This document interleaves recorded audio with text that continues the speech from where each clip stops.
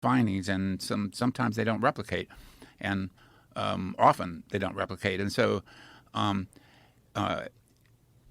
the sex differences that we've been talking about, sex differences in mate preferences, in desire for sexual variety, etc., in motivations for having affairs, these are among the largest, most replicable findings in the whole field of psychology.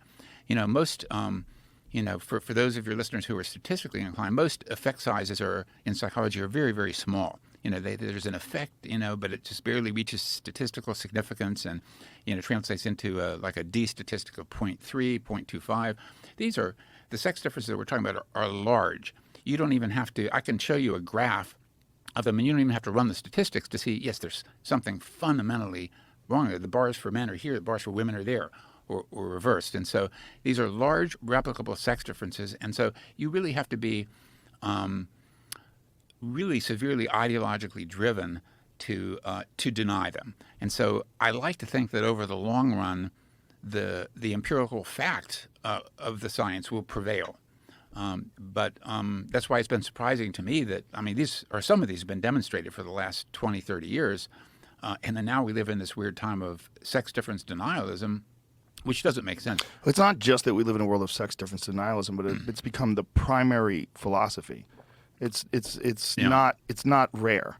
It's actually promoted in mainstream media. It's promoted in television and print journalism, and it's promoted as if it's a fact. Yeah, and by some social scientists as well, yes, or claim to be scientists. Yeah. Well, they're leaning into the same sort of ideology that's on campuses. Yeah. And they get captured by it, and then they're saying these things so that they're accepted by the clan. Right, by the group. Right, and deviation from those narratives, sometimes comes at some peril. Yeah, it's very serious social consequences. But Joe, let me just give an example of how misguided that ideological stance is for women.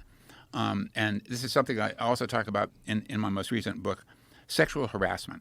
So sexual harassment laws are written in a gender-neutral manner of what's called the reasonable person standard. And the notion is, would a reasonable person view this pattern of conduct, like, say, making lewd jokes, commenting on someone's physical appearance, asking them out in the workplace, making sexual innuendos, etc., would a reasonable person find this to be sexual harassment? Well, it turns out, in studies that I've done and other people have done, men and women differ. So women view exactly that same pattern of conduct to be more sexually harassing than men do. Men go, oh, it doesn't seem pretty innocuous to me. By the man or from a woman? Both. So if you just say, if a man is doing this to a woman, how harassing is that? Right. Men and women judge that differently. Okay, and the reason that that's important is because there is no generic reasonable person. And so we know that in terms of sexual harassment, about 90% of the victims are women, of legitimate sexual harassment are women. And the 10% that are not, they're typically harassed by men. So that is, males are the primary perpetrators of sexual harassment, women are the primary victims. So, but if you have... So when you're saying the 10%, you're talking about a male sexually harassing another male. Yes. But what about women that sexually harass men? Like, what percentage of that is like bosses that sexually harass a male? That occurs, but at a much lower rate. Right. So less than 1%? Like, what do you... Yeah, I would give it, a few percent perhaps, but it's statistically pretty rare. That's interesting, though, the primary, even the 10%, where it's not men sexually harassing women, it's men sexually harassing men. Right. Which We're is gross. Men are disgusting. That's that desire for sexual variety, which has negative consequences. But so then you go, though, to the judge and the jury. If the judge and jury are composed of reasonable men, the outcome is going to be very different than if they're composed of reasonable women.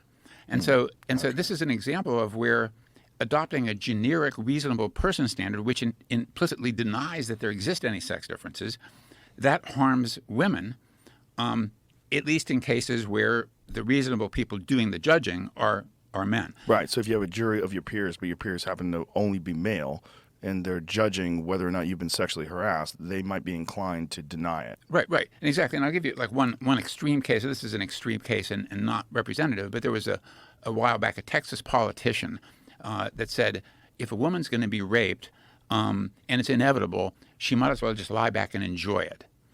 Someone said that? Yeah, this is a politician, a Texas politician. When was this? This was a while back. I don't remember the exact year. But of course, he got a lot of flack for that. But what's astonishing is it also reveals to me this fundamental gap between male and female sexual psychology, where men don't understand.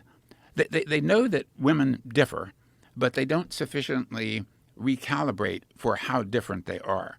And so I think this is actually a generic problem that my lab is focusing on now. Some of my graduate students, like,